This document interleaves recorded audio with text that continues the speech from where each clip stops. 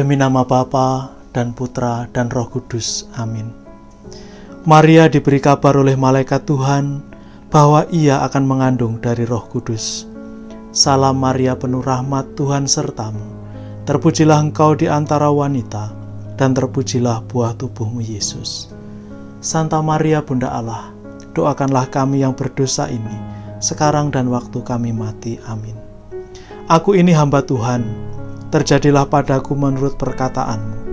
Salam Maria, penuh rahmat, Tuhan sertamu. Terpujilah engkau di antara wanita, dan terpujilah buah tubuhmu Yesus.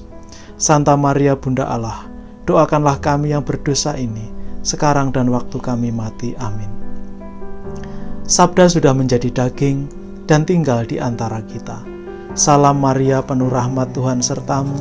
Terpujilah engkau di antara wanita, dan terpujilah buah tubuhmu Yesus.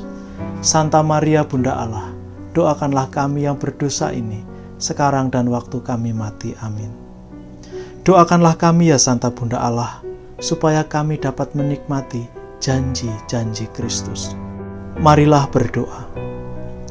Ya Allah, karena kabar malaikat kami mengetahui bahwa Yesus Kristus Putramu menjadi manusia.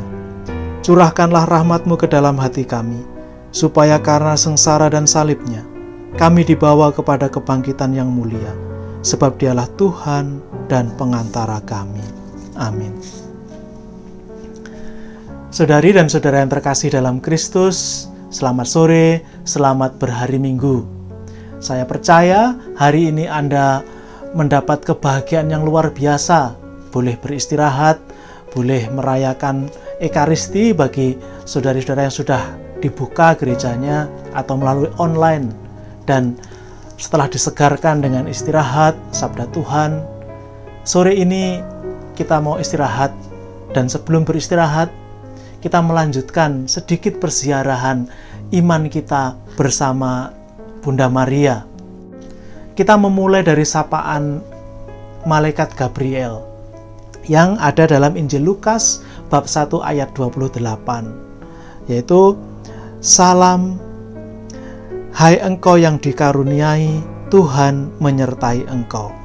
Nah, kita sudah melihat kata salam itu sendiri artinya bagaimana.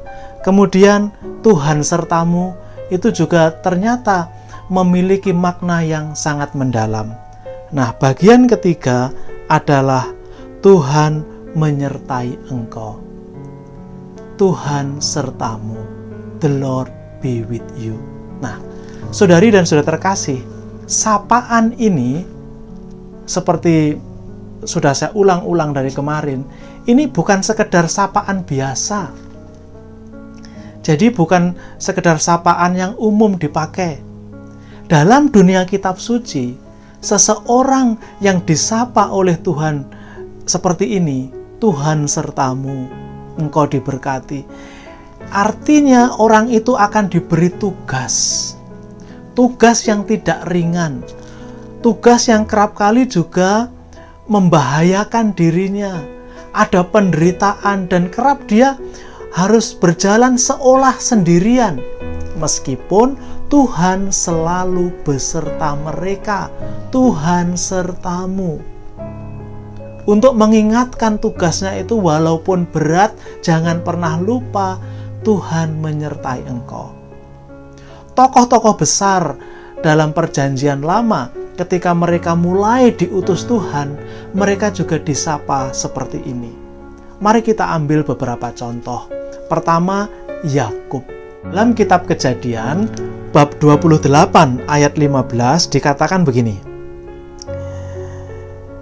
Sesungguhnya aku menyertai engkau, dan aku akan melindungi engkau kemanapun engkau pergi, dan aku akan membawa engkau kembali ke negeri ini, sebab aku tidak akan meninggalkan engkau, melainkan tetap melakukan apa yang kujanjikan kepadamu. Janji yang diberikan dulu kepada Abraham, kemudian ini kepada Yakub. Janji yang utama yang diteguhkan adalah aku akan selalu menyertai engkau dan aku akan bawa engkau kembali. Dan kita bisa lihat tugas yang diemban Yakub juga tidak mudah. Kita lihat tokoh lain yang mungkin lebih mengena karena dia menjadi pemimpin besar di Israel dan tokoh sentral dalam perjanjian lama, terutama dalam kitab Taurat, yaitu Musa. Musa dipilih oleh Allah untuk membawa bangsa Israel keluar dari Mesir, keluar dari penjajahan, penindasan di sana. Lalu dalam keraguan, ketika Tuhan menampakkan diri kepada Musa di semak belukar, Musa mengatakan, "Aku ini siapa? Apakah mereka akan mendengarkan aku? Aku juga nggak pandai berbicara." Lalu Tuhan menjanjikan ini dalam kitab Keluaran bab 3 ayat 12. Lalu firman-Nya, "Bukankah aku akan menyertai engkau? Inilah tanda bagimu bahwa aku yang mengutus engkau, apabila engkau telah membawa bangsa ini keluar dari Mesir. Maka kamu akan beribadah kepada Allah di gunung ini." Jadi, pertama dikatakan dulu, "Aku menyertai engkau, karena aku mengutus engkau." Nah, tugas-tugas yang tidak mudah selalu diberikan kepada orang-orang pilihan Allah. Tapi dengan janji bahwa Tuhan tidak akan meninggalkan, Tuhan akan selalu menyertai.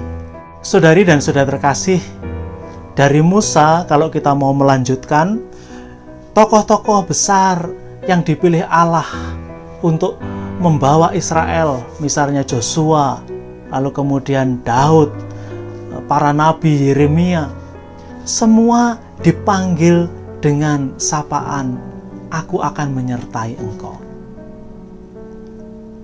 Nah, sekarang bagaimana dengan kita? Kita bisa belajar dari mereka. Kita belajar dari Maria. Karena kita sekarang berjalan bersama Maria, kita mau belajar dari sana. Maria ketika mendengar kabar itu, salam itu, dia juga bingung. Aku ini siapa? Aku ini kan nggak punya apa-apa. Nah, lalu malaikat akan berkata, "Jangan takut," gitu kan. Tapi itu akan kita bahas besok soal jangan takut. Tapi kita fokus ini. Ketika Maria, dia juga bingung, nggak ngerti disapa seperti itu. Dalam seluruh teks, kemudian kita tahu Maria menyimpan itu di dalam hatinya. Nah, sekarang kembali, bagaimana dengan kita? Kerap kali mungkin kita merasa sendiri menghadapi persoalan-persoalan dalam hidup, apalagi saat ini ya, situasi sulit, ekonomi juga sulit, usaha serba susah, kesehatan juga rentan. Kerap kali kita bertanya, "Tuhan, di manakah Engkau? Kenapa Engkau membiarkan semua ini terjadi?" Saudari dan saudara terkasih, di awal tadi saya mengatakan, Anda pasti hari ini sudah ikut misa, entah online atau offline. Dan saya hanya ingin mengingatkan Anda sekalian, berapa kali dalam misa imam berkata, "Tuhan sertamu." Lalu Anda semua menjawab, "Dan beserta rohmu," atau dulu "dan sertamu juga."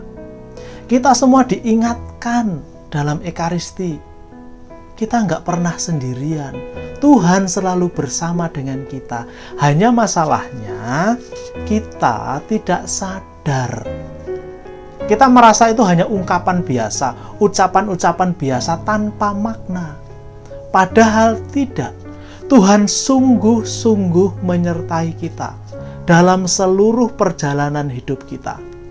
Bahkan Tuhan juga begitu sabar dengan kita.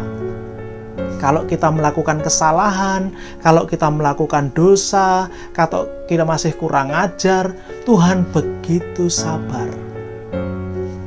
Kalau Anda melihat bacaan hari ini, kalau mendengarkan khotbah-khotbah dari romo-romo yang hebat-hebat, mereka pasti akan menyinggung betapa sabarnya Tuhan mengutus utusan-utusannya Kita ini seperti para penggarap-penggarap itu, kurang ajar. Tapi tuan tanah itu, Tuhan itu begitu sabar. Semoga hal ini menyadarkan kita untuk berubah, untuk lebih baik, untuk menyadari lebih dalam lagi. Tuhan selalu ada bersama kita. Kita tidak pernah sendiri menghadapi situasi yang susah ini. Semoga hidup kita, dimanapun kita berada, kita bisa menjadi saksi bahwa Tuhan itu hidup, Tuhan itu ada. Amin. Demi nama Bapa dan Putra dan Roh Kudus. Amin.